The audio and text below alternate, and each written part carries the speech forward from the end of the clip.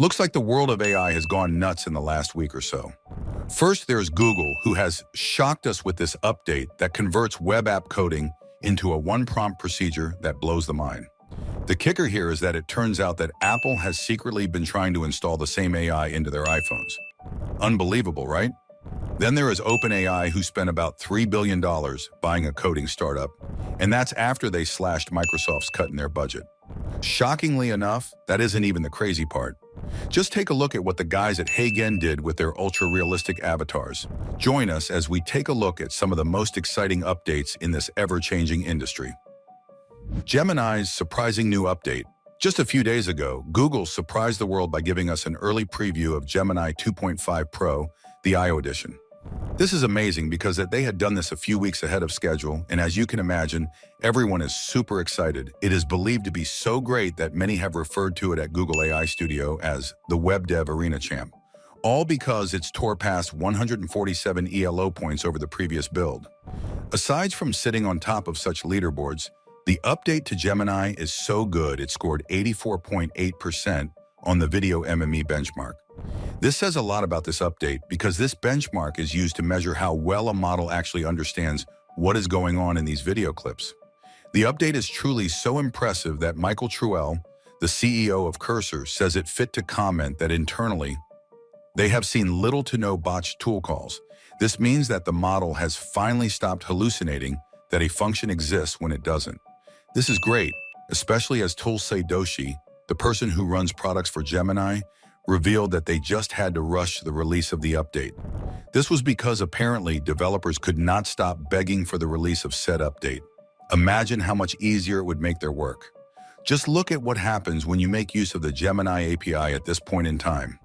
When you do this, you get the new model automatically in Google AI Studio, Vert.x, and the consumer Gemini app. Add the fact that the context window is still made up of 1 million tokens, which allows you to make an hour of 4K videos or 11 hours of audio. And you may see some of the reasons why people cannot wait to get their hands on this update so that they could test it out for themselves. What's even more amazing is that Google is hoping to expand this context video to about 2 million tokens. With such plans in mind, you cannot blame Apple from watching with some sort of envy from the side. In order to match up, or at least it looks that way, the guys at Apple have revealed that Applied Intelligence on iOS 19 is said to have plans to integrate Gemini into their systems. Well, at least temporarily.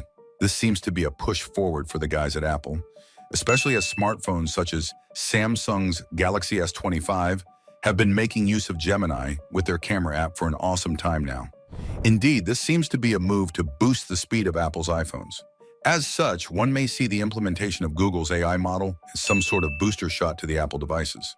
Although it seems as though Apple isn't going to make use of this AI model in its devices forever, we do know that we should be expecting to see Google's LLM in Apple devices in the near future.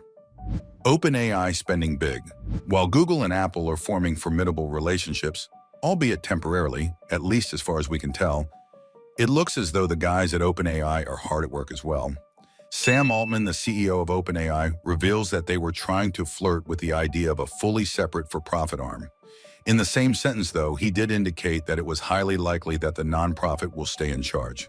This reminds us of the time that Sam Altman was ousted from OpenAI back in 2023. Do you guys remember how everyone started sweating governance when this happened? Well, the events of those times continue till this day, and as such, the nonprofit remains as the controlling shareholder of the Public Benefit Corporation. It was even revealed that they had even worked with the attorneys general of the state of Delaware and California in a bid to make sure that everything remains exactly how OpenAI wanted it to be back when they embarked on their nonprofit mission. That way, they could not be accused of deviating from their original goals. That said, this hasn't stopped Elon Musk's plans to sue them. Remember that lawsuit that was filed because of OpenAI's plan to shift towards a for-profit model rather than sticking to their plans for the benefit of humanity? Well, despite the fact that they had scrapped those plans, you'd find that not only has Elon Musk not abandoned this lawsuit, it seems as though he and his lawyers are pushing on with this fight. Somehow Altman and co. have brushed this off. It seems as though they are more focused on bringing that cash in. For the benefit of humanity, of course. In order to do this, OpenAI has shocked the world by slashing Microsoft's revenue share. Right now, 20% of OpenAI's top line flows to Redmond until 2030. However, OpenAI has slashed this percentage by half to 10%, and as if that isn't bad enough, there are talks that it may even be slashed further. Right now, it seems as though Microsoft is fine with this. However, there are reports that there is a certain level of tension that can be fret as both parties embark on their plans to renegotiate with one another. As tense as that may be, this hasn't stopped OpenAI from making plans to bring some more money. Right now, it appears that OpenAI is trying to raise another $40 billion at a $30 billion valuation, SoftBank style. As such, they need all the money they can get. Maybe that is why they have gone on to acquire Windsurf for $3 billion. Considered to be their largest acquisition at this point in time, they are guaranteed to make the most of this AI model's ability to carry out real-time code completion on a neat canvas view that lets you and the bot edit your work side by side. Considering how great this is, it comes as no surprise that OpenAI thinks it can help support the 400 million weekly active users that hop on ChatGPT. Hagen's amazing avatar. Finally, we take a look at Hagen's Avatar 4. Apparently, people are referring to it as the upload your selfie and watch yourself talk update. The way it works is that you feed your image into the system as well as a voice script. And the new audio that would be used to express the engine maps your tone, rhythm, and pauses onto hyperreal facial motion. Turns out the combination of all these elements gives you something that is real enough for early testers on social media, fooling everyone with microfilms of themselves, their pets, and even aliens. The product is so great that it is able to give us clips with lip syncs that don't jitter. Looking at the avatars, you can tell that the bigger idea is that they aren't trying to create animation in the Pixar sense. No, they are doing what they can to achieve direct expression transfer. This is excellent for those who hate being on camera. Now you can do all your on-screen work with this hyper-realistic avatar.